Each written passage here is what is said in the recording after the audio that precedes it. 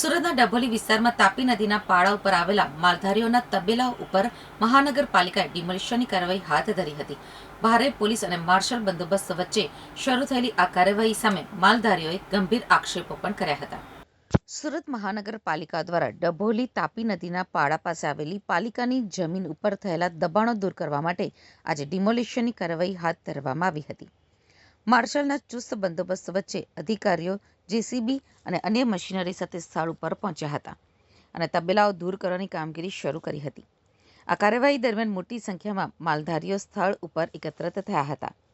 પોતાના પશુઓને બચાવવા અને તબેલા ખાલી કરવા માટે સમય આપવાની માંગ સાથે તેમણે અધિકારીઓ સમક્ષ રજૂઆત કરી હતી.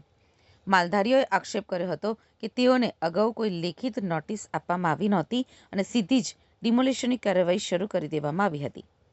તેઓએ જણાવ્યું હતું કે અમે મૂંગા પશુઓ લઈને ક્યાં જઈશું? અમને થોડોક સમય આપવો જોઈએ. અમે અધિકારીને વિનંતી કરી હતી, પરંતુ અમારી વાત કોઈએ સાંભળી નહીં. હાલ સમગ્ર વિસ્તારમાં ચુસ્ત પોલીસ બંદોબસ્ત વચ્ચે મનપાની કાર્યવાહી ચાલુ છે.